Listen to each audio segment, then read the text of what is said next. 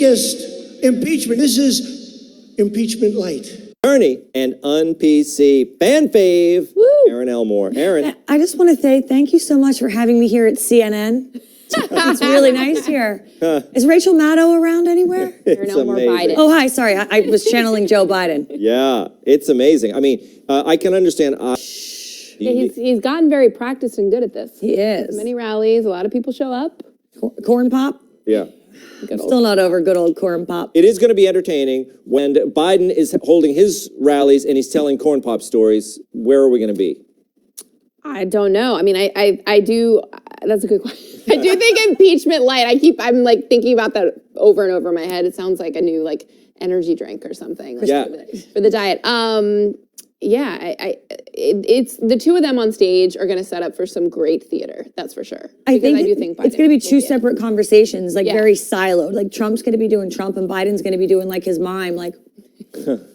Or like, oddly licking his wife's finger from last week. Or worrying about remember when his teeth fell out? That was the moment when I think Biden jumped the shark. Yeah. That was it for him, I think. And in one of the debates, he had an eye issue. Like, I hope he's okay. Yeah, he's got all sorts of problems. But look, I sympathize with these guys. I'm exhausted just doing Fox News, Fox Nation. Okay, these guys, they're flying around. You know when you have to fly, right? Yeah, I fly up here every Thursday. Fly up here, right? It is tiring. Travel is tiring. It's exhausting. He gets on Air Force One, he flies around, he does the rallies, he comes back in, and then at 3 a.m, he's tweeting. I mean, it's exhausting. Yeah. He doesn't sleep. He really, truly doesn't. He's always said he's not someone who likes to sleep a lot. Yeah. He doesn't require a lot of sleep. So I think for Biden to keep up with that is going to be tough. Yeah. Is this impeachment light? Is that a message for him going forward? Because it is less than what they were going. Bill Clinton, you remember, Move On is that famous leftist organization that was started during Bill Clinton. MoveOn.org was let's move on from impeachment. It was fun. It was a little bait and switch because it was started by a bunch of leftists and they were saying, "Oh, come on, move on and get the business of the country done." And they fundraised on that to such an extent that they became a powerhouse at the time. But in reality, the swing states did want to move on from it, whether they agreed with Clinton's behavior or not. In this case, it looks like that is happening as well with President Trump. As you mentioned, the swing states want to move on, but they are in a lockbox because they've gone down the path. They can't retreat from it. No. And do you think the danger, before we move on, Erin, do you think there is any danger? Because I hear Republicans and or conservatives on this channel saying, look, in the end, it's not good for Trump either. It's not good going into an election having been impeached. But I don't even believe that. He's not getting impeached. He's not getting impeached, but he having been, in the House at least, that has proceeded to an impeachment process. There are too many Democrats that are in red and purple states that know they cannot vote for this because it will be career suicide. Oh, but do you think... I don't even think it's going to make it that far. You don't? No.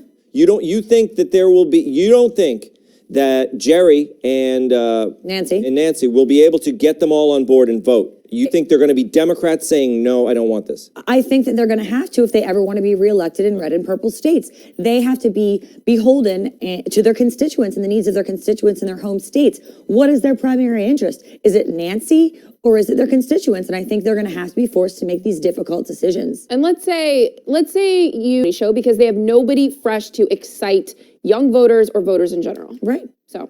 That's it. You got it. Impeachment light. From impeachment aims to video games, a new computer game called I Am Jesus Christ will allow gamers to experience biblical tales firsthand. On this. Okay, first of all, there's a lot to unpack here. Did you see that dinner, the Last Supper dinner with all those men? It looked like a sustainable farm-to-table, paleo-organic dinner in Brooklyn. Hey, like I've been trying vegan, so let's not hate on the diets. I broke that today, that's what it looked like. Also, so Jesus can turn water into wine, and they're going to turn Jesus into a video game.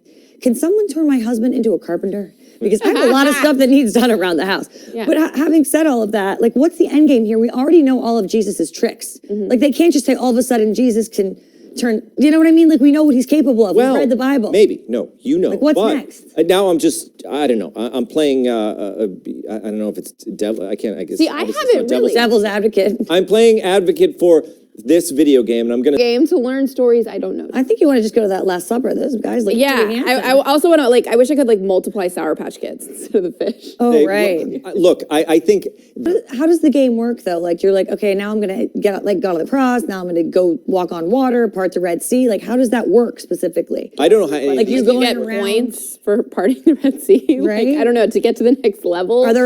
Is there a plague of locusts? From what I can see in the game, I've only seen that this is dealing with New Testament stuff with the life of Jesus. Yeah, and all that right. kind of stuff. Minecraft. This is not Grand Theft Auto. There's no women scantily Call of Duty. clad. Yeah, no.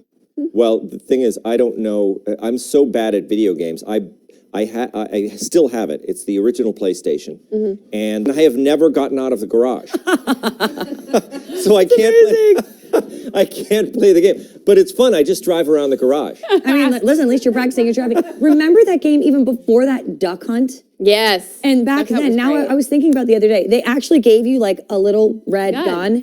Now, could you imagine the backlash? And by the way, I'm not a violent gun person after having played Duck Hunt. I've survived that. Yeah. But they did give you an actual gun. They did. The one game that I guess I'm a gamer now. Maybe I'm ready for this. But It's like gaming Olympics now. You may have a future. yeah. But that was a long time Good ago. work. Came on the scene to a famous teen. Time magazine's Person of the Year is 16-year-old climate activist from Sweden, Greta Thunberg. Look at her there. Right? Sure. Maybe whether it's Be passionate. activism, play a sport. So it's cool for a youth angle, but I guarantee you there's so many actual real climate change activists that are really getting stuff done Right. Yeah. that aren't going to be on the Aren't getting the cover credit, right? because she's 16 and she was telling off every world leader in this. Yeah, New and York. her parents are well-connected Europeans, and that's Yeah. why she's there. And the whole thing is theatrical and, It is. and absurd. But aren't her parents, haven't they come out and said she's a troubled young girl with a host of emotional and psychological problems? So now the left is using her as a political pawn. Yeah. If anyone on the right even chose to use a 16-year-old to do anything, to deliver a piece of mail, they would say that we're engaging in child labor and, tarnishing the life of a minor. Yeah, but when the left does it, they say, wow, she's just When an Kyle amazing Kushner's Oh, this is the future. And the thing is, she's just a kid. She's just a teenager, typical Right. kid. So all the power to her if she wants to go out and be an activist.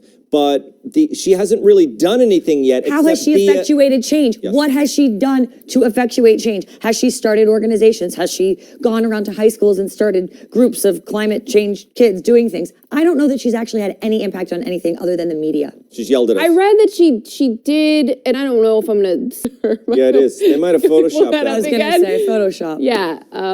Watch out for the wave. Where are all the paper straws in that ocean? Looks pretty clean to me. Exactly. She's getting her work. Oh God, I can't even get worked up about the paper straws right now. I mean, it's a whole nother show just about whole other show our because former favorite Democrat Party. The only thing they care about now is gender pronouns and paper straws. but you get the paper straw with the plastic containers. Always. Why?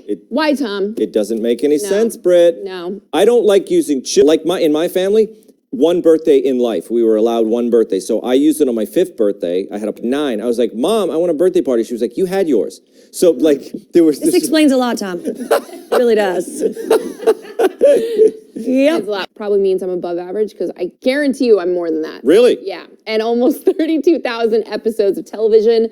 As a result, adults will spend nearly 3,000 hours just deciding what to watch. But I probably wouldn't love them as much if you constantly reminded me of how many I'm going to eat in my lifetime. Or how many calories it turned out to be. Yes. And even I don't come near this because I don't watch that much TV, but don't young people not have cable and not watch television anymore? So maybe these consumption numbers might be a little off. I think it's skewed, more about their telephones. See, for me, take the television. I just need that iPhone. The phone.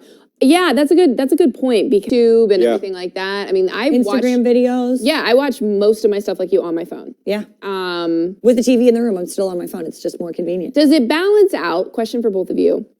If you do watch a lot of TV or movies, but you're also reading a lot. Like I probably Good to know. very media feeding itself. I know, Yeah. and we're podcast time too. How much time is spent for that, Tom? I tell you the truth, I love those murder I don't love murder, but I love Oh those. my gosh. I Again, love the if he had more podcast. than one birthday, maybe he wouldn't love murder so much. Love Thanks, the Mom. podcasts about murder and crime. They're very exciting.